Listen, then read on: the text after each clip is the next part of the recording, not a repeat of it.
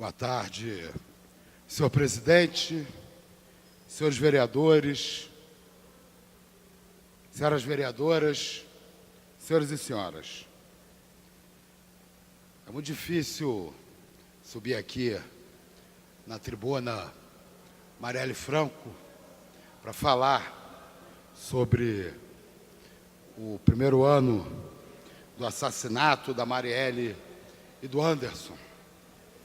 Muito difícil, inclusive porque esse era o nosso local de convivência naquele dia. Estivemos juntos, né? Um ano atrás, a essa hora, nós estávamos aqui, juntos, trabalhando, convivendo. Mas, pelo menos, eu tenho bastante convicção em dizer que a Marielle, ela era uma potência, ela tinha uma força enorme, e essa potência, ela estava começando a se realizar. E eu tenho certeza que, os anos passando, essa potência, ela ia se manifestar cada vez mais.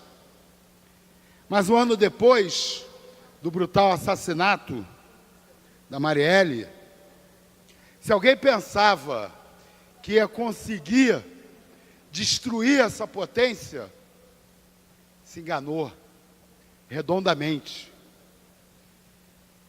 Não conseguiram destruir essa potência. O máximo que conseguiram foi mudar a intensidade e a velocidade com que essa potência se realizou.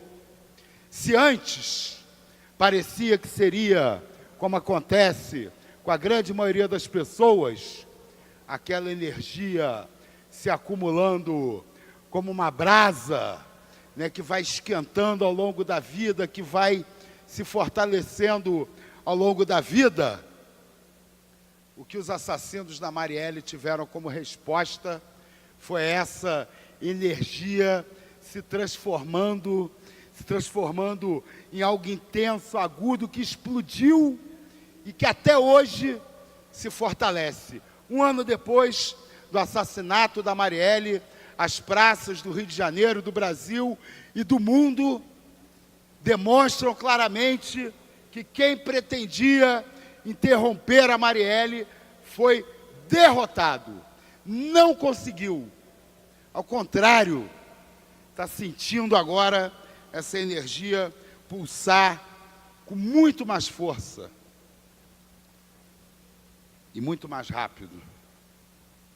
Eu adotei aqui também a orientação do Tarcísio, escolhi um texto da Marielle, escolhi um texto que eu acho que demonstra muito bem na sua articulação entre a cultura, a política, entre a economia e o direito penal, uma demonstração de onde vem a essa energia da Marielle, que é indestrutível, que é uma energia do amor às pessoas, do amor à vida, do amor à luta pela transformação da vida.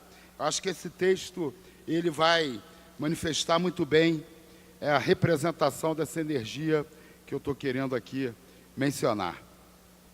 Esse discurso ela fez no dia 27 de setembro de 2017, dia de Cosme Damião e redução da maioridade penal.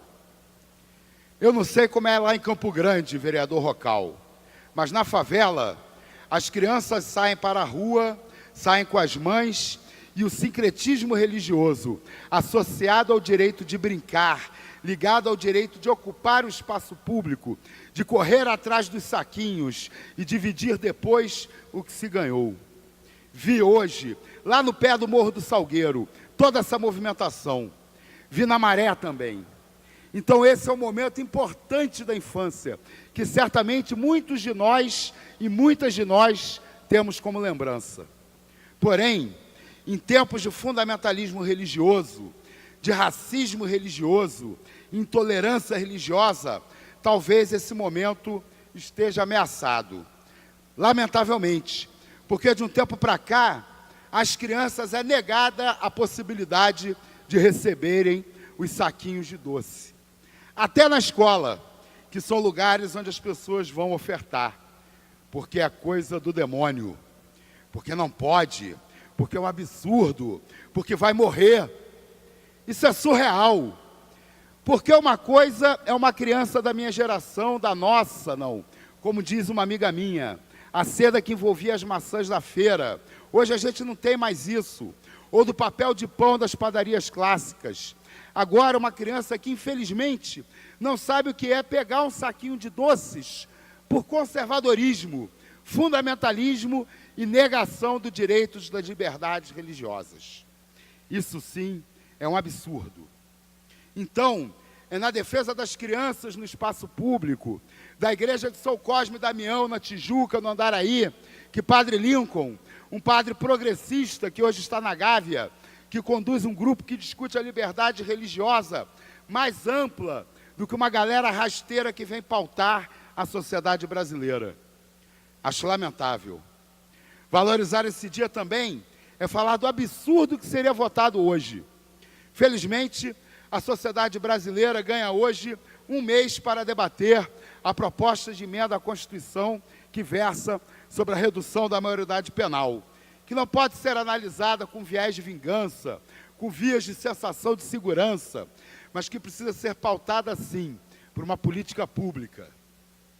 As cadeias brasileiras ou os espaços socioeducativos brasileiros estão cheios de crianças e adolescentes que, ao contrário do que falam, não estão impunes, não. Eles têm o Degase, com muita criança e adolescente presente, sentindo-se como se estivessem, infelizmente, numa cadeia. O debate, depois de um ano e meio arquivado, mas é uma audácia. Eu fiquei impressionada quando o senador Aloysio Nunes, do PSDB de São Paulo, retoma a proposta de emenda à Constituição número 33 de 2012. Ele a retoma depois de ano e meio da sua suspensão e arquivamento, depois de um movimento de grande mobilização nas praças.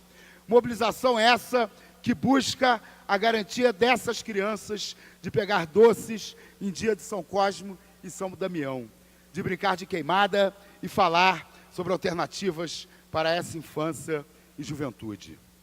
Se a gente tem 14 milhões de desempregados, isso é um elemento estruturante.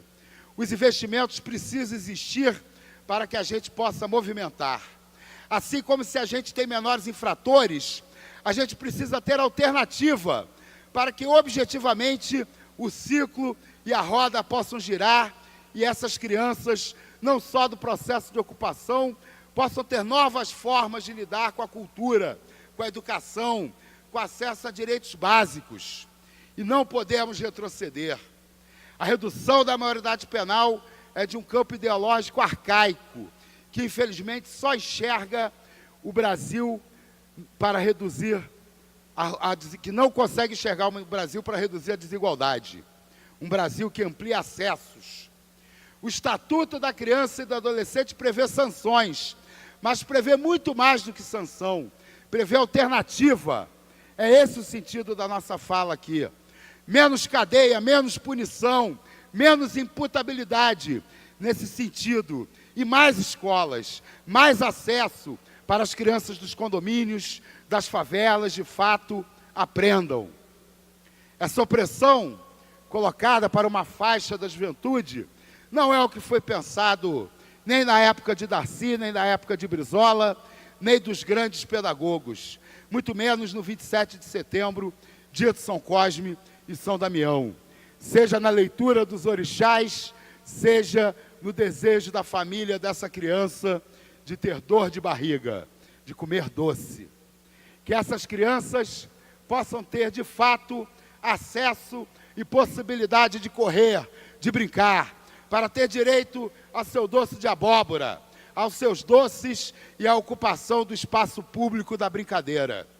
Então, não a redução, porque a redução da maioridade penal não é a solução. A gente quer e precisa de políticas para a juventude e de segurança pública integrada. Mas cadeia não é a solução. A solução é menos cadeia e mais escola. A Marielle não teve a infelicidade de assistir à vitória da extrema-direita nas eleições presidenciais do ano passado, mas as suas palavras já demonstravam claramente o embate que existe na sociedade brasileira e é, essencialmente, um embate entre o amor e o ódio. E se a energia da Marielle se mostrou indestrutível, é porque ela é a energia daqueles que fazem a política por amor.